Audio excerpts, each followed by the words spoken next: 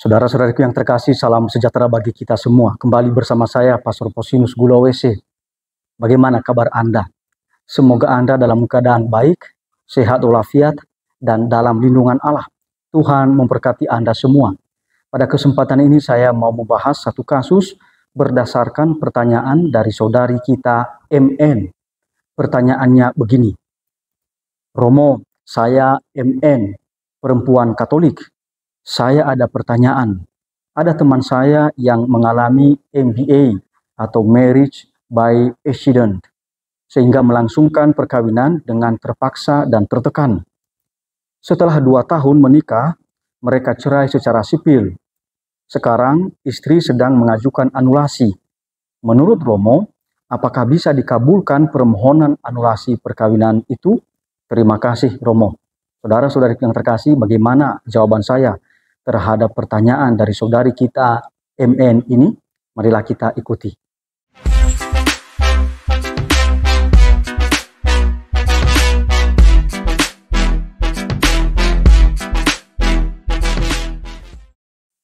Saudari MN yang terkasih, terima kasih atas pertanyaan Anda ini.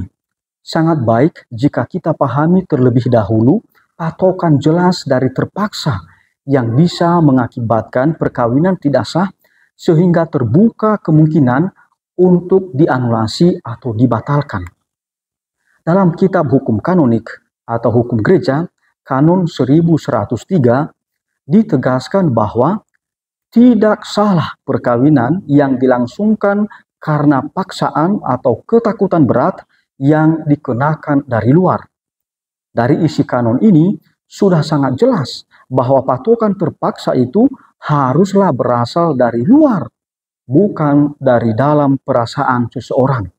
Perlu kita ketahui bahwa paksaan selalu terkait dengan ketakutan berat. Maka hukum gereja juga memberikan patokan ketakutan berat. Berikut ada 3 jenis paksaan dan ketakutan berat. Nah, di kolom sebelah kiri saya, ya, kalau dilihat ini kolom paksaan dan di sebelah kanan saya itu kolom ketakutan. Nah, kita lihat ya. Yang pertama adalah paksaan fisik. Terjadi jika yang bersangkutan tidak berdaya menentang kekuatan fisik dari luar sehingga tidak punya pilihan lain untuk menghindarinya kecuali dengan menikah. Nah, paksaan fisik ini rupanya berkaitan dengan ketakutan berat.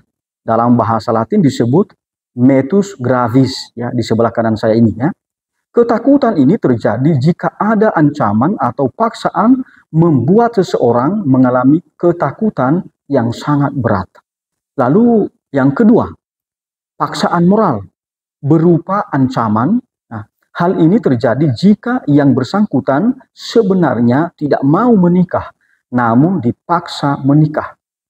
Nah, kalau kita melihat paksaan moral ini mengakibatkan yang namanya metus ab extrinseco incursus atau paksaan atau ancaman yang menyebabkan ketakutan itu datang dari luar atau orang lain. Lalu yang ketiga, tidak ada alternatif lain. Hal ini terjadi jika untuk melepaskan diri dari ancaman atau paksaan dan ketakutan berat, tidak ada jalan lain kecuali menikah. Nah, saudara-saudariku yang terkasih, 3 hal ini yang menjadi patokan jelas dari paksaan atau ketakutan berat. Jadi tidak sembarangan kita mengatakan saya mengalami paksaan atau saya mengalami ketakutan berat. Tidak, tetapi ada patokan yang jelas. Dalam beberapa kondisi bisa muncul ketakutan karena rasa hormat. Ketakutan semacam ini dalam bahasa Latin disebut metus reverentialis. Dan dalam bahasa Inggris disebut reverential fear. Jika ketakutan karena rasa hormat ini tidak disertai ancaman dari luar, maka ia tidak menjadi ketakutan berat. Kan kalau seseorang hamil di luar nikah, maka dia mengatakan, aduh, nggak enak sama orang tua. Ya, saya sudah mengakibatkan ada aib dalam keluarga. Jadi kalau orang tua tidak mengancam, nah ini tidak termasuk ketakutan berat. Atau tidak termasuk paksaan dari luar. Apakah karena MBA atau Marriage by Accident, lalu terjadi pernikahan dengan paksaan atau ketakutan berat? Belum tentu. Umumnya, jika dua remaja menjalin relasi pacaran, lalu melakukan hubungan seksual pranikah hingga hamil, kemudian menikah, belum tentu termasuk dalam paksaan.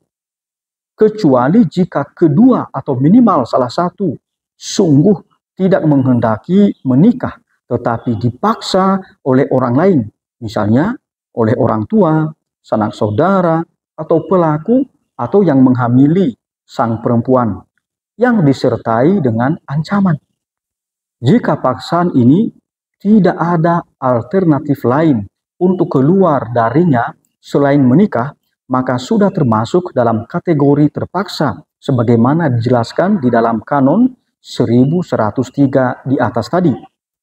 Jika terbukti terpaksa menikah, maka barulah terbuka kemungkinan untuk anulasi atau pembatalan perkawinan. Lalu bagaimana dengan anulasi perkawinan? Begini jawaban saya. Pertama, jika ada perkawinan yang tidak sah, maka solusi yang ditempuh bukan langsung anulasi. Sebaiknya perkawinan itu diperbaiki dengan mengesahkannya kembali. Umat Katolik jangan membiasakan untuk menyelesaikan kasus perkawinan dengan perceraian. Perceraian bukanlah ajaran Katolik. Jangan pula membiasakan diri menyelesaikan perkawinan dengan anulasi. Sebab anulasi perkawinan merupakan tawaran solusi terakhir jika memang tidak mungkin lagi disahkan atau dipulihkan perkawinan tersebut. Kedua, jika perkawinan yang tidak sah tidak mungkin dipulihkan hidup bersama, sebagaimana dijelaskan di dalam kanon 1675, maka barulah terbuka kemungkinan untuk dianulasi atau dibatalkan. Saudara-saudariku yang terkasih, dari kasus yang ditanyakan oleh saudari kita MN ini, ada pesan moral bagi kaum muda-mudi. Pesan moral itu yakni bahwa kaum muda-mudi jangan pernah terlibat dalam seks pranikah. Ketika menjalin relasi pacaran, jangan jatuh dalam perbuatan tak senonoh, dalam perbuatan percabulan. Jangan jatuh dalam persetubuhan. Awalilah perkawinan dengan niat baik, tindakan yang benar, dan persiapan yang matang dan memadai.